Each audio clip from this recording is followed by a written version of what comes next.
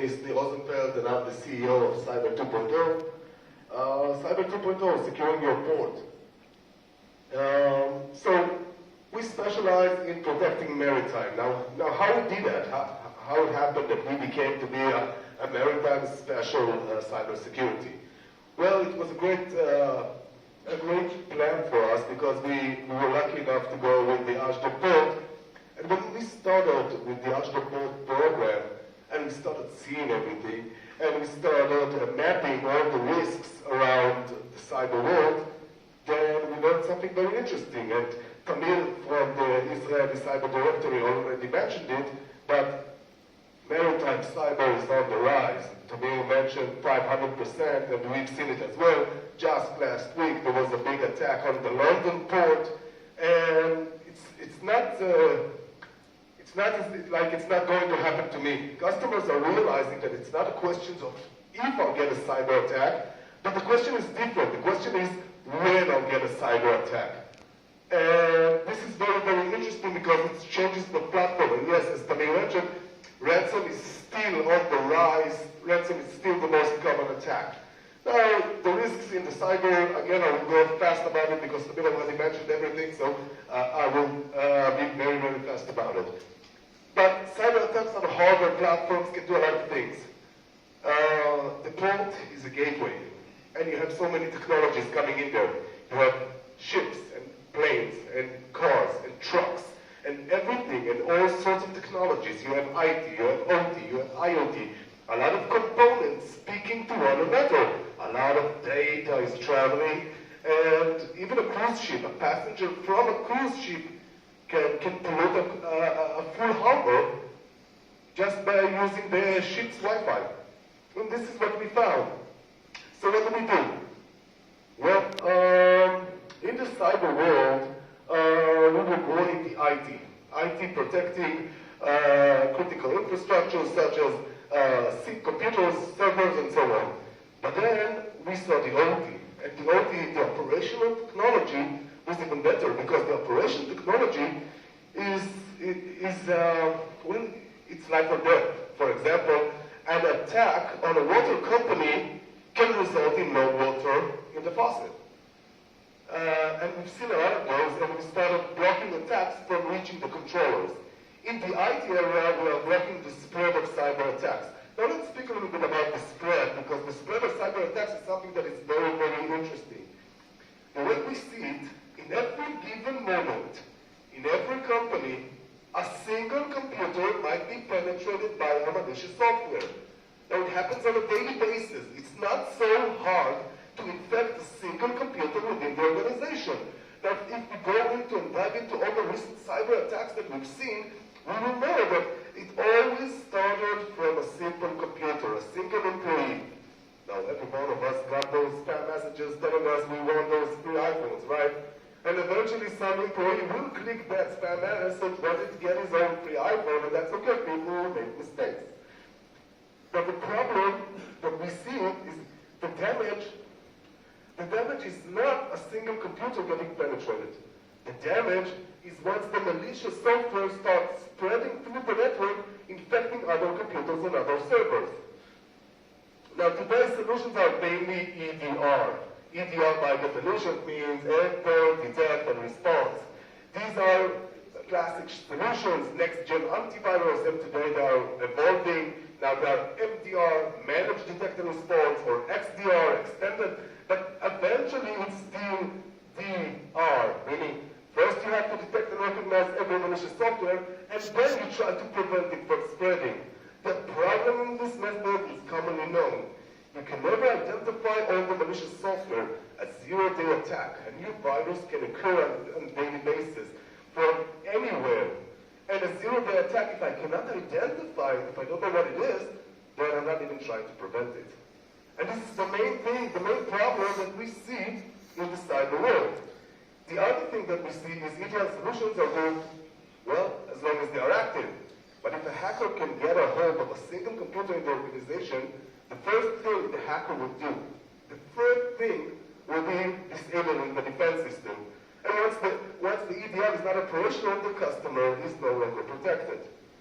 Well, we address that challenge in various ways. We are using zero trust technology. Now, it's a very sexy term to use today, zero trust technology. But zero trust technology meaning the other way around. If I don't know who you are, first of all, I will stop you. If I don't know who you are, I don't know from where the next attack might come.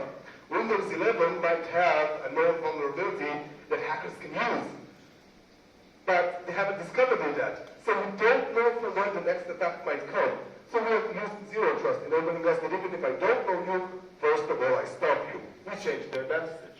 On the other way, we build our system in a way that even if a hacker removes me from an infected computer, I continue protecting the network. I spoke about it yesterday. I was being very brief about it. When we saw the cyber world, we saw that the cyber world in nature, and we went back and we started checking it, the cyber world was built on biological-based models. All the terms in the cyber world are borrowed from biology. We have virus, we have antivirus, we have mutation, injection, and so on. And if we go to the biological world, and a new virus comes up, and we've just seen what happens when a new COVID-19 comes up, right? Everyone's getting infected, and then we run very fast and try to get ourselves vaccinated, and the same thing applies to computers. The first one will always be penetrated, and then we do critical patches and updates, and we are always pursuing the next critical patch so we will be safe. And it's a never-ending race. And it's a race where the hackers are always one step ahead. We build our system in a different way, enabling us to be ahead of the hackers. We build our system on chaos mathematics. Dr. Akashi mentioned it before. We build our system using chaos algorithm, enabling us to give the best defense, and it's a brand new technology. It's protected by 9 patents, very new and very groundbreaking. Now, every good salesperson will be able to come here, give you a presentation, and tell you that they have the best cyber solution, right? And the good salesperson knows their job. And every good salesperson will come and tell you, we got the best solution. And the cyber market is full with vendors, a lot of vendors, and customers are getting confused. They don't know which is the better solution to buy. They don't know which solution can really deliver what they want to. Here we try to do something different again. We put our system to the public test. We did a public, open-to-all proof of concept. And in it, we invited all the hackers to come and try and penetrate a network that is protected by our system. And if any one of them will succeed, they will receive a reward of $100,000. Now, we've been doing it for the last 4 years. The first one was in Israel. The second one was in the Georgia Tech Research Institute in Atlanta, Georgia. The third and the fourth were over the world during COVID-19. The fifth one will be this August, and we're currently negotiating locations. They want us to do it at the Savannah port in Georgia. They want us to do it in India. They want us to do it in various locations, but it will be this coming August. But for the last 4 years, over 5,500 hackers tried to penetrate a network that is protected by our system. No one was able to beat the challenge. Now we made life easier for them. We made it very easy for the hackers. The hackers had admin user. They had admin password. They had a legit computer within the network, meaning a hacker has already infiltrated the organization, disabled all the defense system, and all they have to do is obtain a file from the file server. No one was able to beat the challenge. Now, this is us. This is Cyber 2.0, and I can go on and speak with you about chaos algorithm and how we are doing everything, but too short time of presentation. So for my grand finale, I will say this. I am here, and we are very happy to work with the Ashdod port, because the Ashdod port is trying different things all the time. They are embracing new technologies. And yesterday I mentioned it, and I will say it again. One of the models that keeps us going is if we keep doing the same things, we will always get the same results, right? So if we keep using those same old endpoint detect and response defenses, eventually we'll get cyber attacks. Now, the Ashdod port are thinking differently, and they're doing it differently because they understand that there is an obligation. And if we want to be ahead, we have to change the results, and we have to do better results, right? So if we want to do it, we have to test new technologies. I am here, I have colleagues that have great technologies here, and if we don't try new technologies, if we don't listen, open our ears, open our minds to embrace those new technologies, those new startups that are coming your way, then we will always get the same results, and you already know the same results. Thank you very much.